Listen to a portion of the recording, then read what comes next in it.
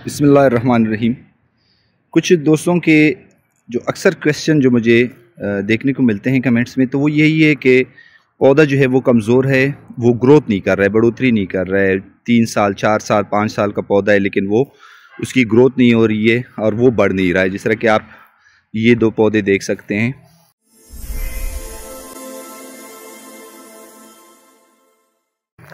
या अगर मैं आपको बता दूं, जिस तरह की ये सिट्रस के आप पौधे देख सकते हैं, ये ठीक ठाक पौधे हैं, लेकिन बीच में ये वाला पौधा जो है ये कद में साइज़ में छोटा रह गया है इन पौधों की निस्बत।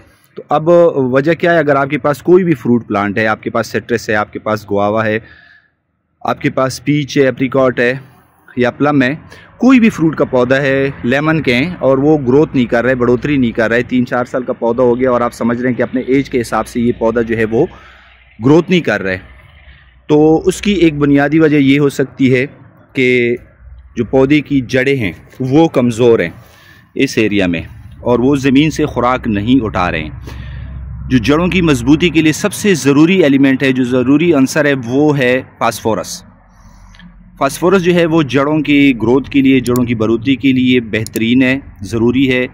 अगर आपके जड़ें जो हैं वो कमज़ोर हों पौधे की, तो फिर आपका पौधा जो है वो ग्रोथ नहीं करेगा, वो खुराक नहीं उठा सकेगा ज़मीन से। जो एलिमेंट उसके लिए ज़रूरी हैं वो ज़मीन से ये नहीं उठा सकेगा। तो ज़रूरी है सबसे पहले कि आप पौधे की जड़ों को जो है वो मजबूत करें, ताकि वो ज़मीन से जो खुराक है, जिस एरिया में आप इसके लिए खुराक डालते हैं, फर्टिलाइज़र डालते हैं, वो फर्टिलाइज़र ये उठा सके, उसको इस्तेमाल कर सके।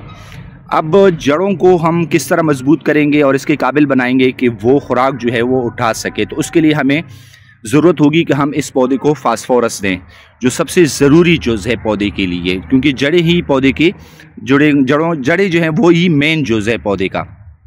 अब फास्फोरस के 2-3 सोर्सेज हैं। सबसे पहले जो आमतौर पर आप जानते हैं, DAP जो है फर्टिलाइज़र जो है, खाद, वो हम सब जानते हैं कि सबसे बेहतरीन सोर्स है फास्फोरस का, वो आपके लिए इसके लिए अप्लाई करें। लेकिन उसके अप्लाई करने का तरीका क्या है? फास्फोरस क्या है? फास्फोरस जो है ज़मीन में M मोबाइल है। M मोबाइल का क्या मतलब?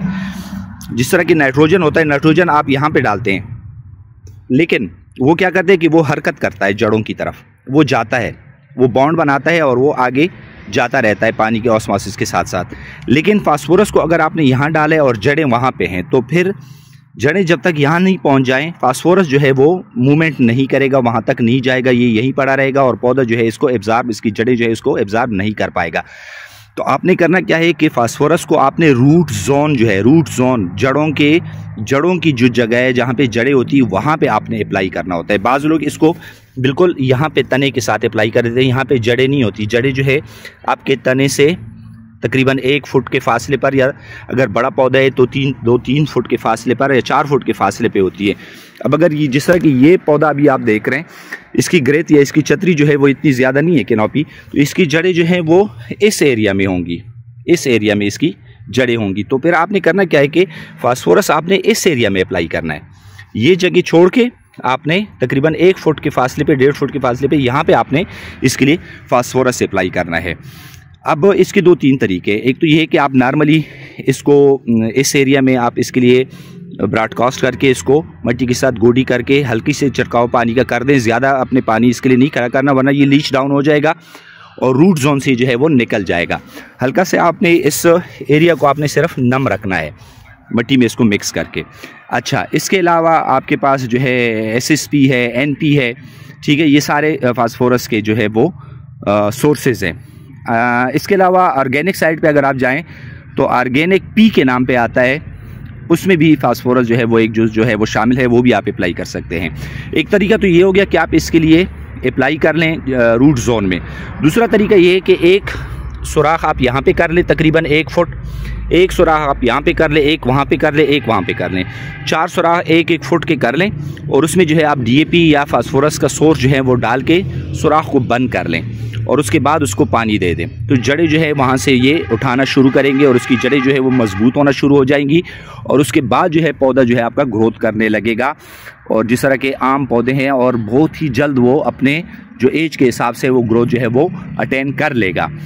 अच्छा, अब आपको किस तरह पता चलेगा? एक तो ये है कि आपका पौधा कमज़ोर है, इस वजह से आपको लग रहा है कि जी जड़ें कमज़ोर हैं और उसके रूट्स जो हैं, जड़ें कमज़ोर है और पौधा ग्रोथ नहीं कर रहा है। तो इसकी निशानी, एक दूसरी निशानी ये कि आपकी जो नीचे वाले पौधे के जो नीचे लीव्स हैं, जो आप पौधे का सेंटर लें और सेंटर से आप नीचे लीव्स को देखें, अगर तो वो आपको बिल्कुल ब्राइट येलो नज़र आ रहे हैं, ब्राइट येलो बिल्कुल, एक तो होता है डार्क येलो, एक होता है सनी ब्राइट येलो नज़र आ रहे हैं आपके पास, तो आप समझ जाएं कि आपके जो जिस तरह के आपको ये नज़र आ रहे हैं, ठीक है। इस तरह ब्राइट येलो अगर आपको नज़र आ रहे हैं तो इसका मतलब है कि आपके पौधे में फास्फोरस की कमी है, क्योंकि फास्फोरस की कमी जो है वो आप हमेशा लोअर लीव्स पे आप देखेंगे। जो 3 मेन एलिमेंट्स है NPK, उन तीनों की डिफिशिएंसी आप लोअर लीव्स पे देखेंगे। अब फास्फोरस जो है वो मट्टी में तो ज़मीन में तो इमोबाइल है, वो हरकत नहीं करता, लेकिन प्लांट में वो मोबाइल है, प्लांट में वो हरकत करता है। अब फिनोमेना क्या है कि जब आपके पौधे में फास्फोरस की कमी आ रही है तो जो अपर लीव्स हैं, अपर ब्रांचेज हैं, वो फास्फोरस को नीचे वाली लीव्स से खींच लेते हैं अपनी कमी पूरी करने के लिए। जो ऊपर की शाखें, जो ऊपर के पत्ते हैं, वो नीचे से उसको खींच लेते हैं। अब जब नीचे से फास्फोरस को खींच लेते हैं, अपनी कमी को पूरी कर लेते हैं, तो उसके बाद नीचे वाले पत्ते जो हैं वहाँ फास्फोरस की कमी आ जाती है, तो वो कमी जो है उसके नीचे पत्तों पर ज़ाहिर होती है। जब भी आपके पौधों के नीचे पत्ते जो है वो ब्राइट येलो कलर के हो रहे हों, तो फिर आप समझ जाएं कि आपके पौधे को फास्फोरस की ज़रूरत है और आपको फास्फोरस की कमी है और आप उसको फास्फोरस दें, और जो तरीका मैंने आपको बताया। अच्छा, एक और जो कन्वेंशनल तरीका है जो हमारे आबाव अजदाद वगैरह करते थे, आपने सुना होगा कि वो पौधे के करीब हड्डियों को जो है वो ज़मीन में दबा देते थे। गाय, भैंस, भेड़, बकरियां, चिकन, सब की हड्डियां जो है जिसकी भी आपको मिले वो लगा देते हैं। अब हड्डियों को ज़मीन में दबाने का क्या मकसद है? हड्डियों में होता है बेसिकली फास्फोरस। अब जब हड्डियां ज़मीन में दबा देते हैं तो वक्त के साथ साथ उनकी डिग्रेडेशन होती है और पौधा जो है उससे फास्फोरस जो है वो ग्रैब करता है, उससे खींचता है और पौधा जो है वो मजबूत होता रहता है। अगर आप नॉर्मली जिस तरह आप घर में चिकन वगैरह खाते हैं तो बेशक उसकी हड्डियाँ आप इस एरिया में दबा दें, वहाँ पे उसको कर लें, अगरचे थोड़ा स्लो प्रोसेस है, लेकिन पौधे को फास्फोरस का जो जुज़ है, जो खुराक है, वो उसको रेगुलरली जो है वो मिलती रहेगी और फास्फोरस की कमी जो है वो पौधे को नहीं आएगी उसके लिए। तो ये जो मेन एक चीज़ है जो काफ़ी सारे दोस्तों ने कमेंट्स में भी पूछा है कि पौधा कमज़ोर है और उसको हम क्या दें और उसकी ग्रोथ जो है वो किस तरह हो, तो उसके लिए ये मेन चीज़ है कि आपके पौधे को फास्फोरस की ज़रूरत है, उसकी जड़ें कमज़ोर हैं और उसको जड़ों के लिए फास्फोरस की ज़रूरत है।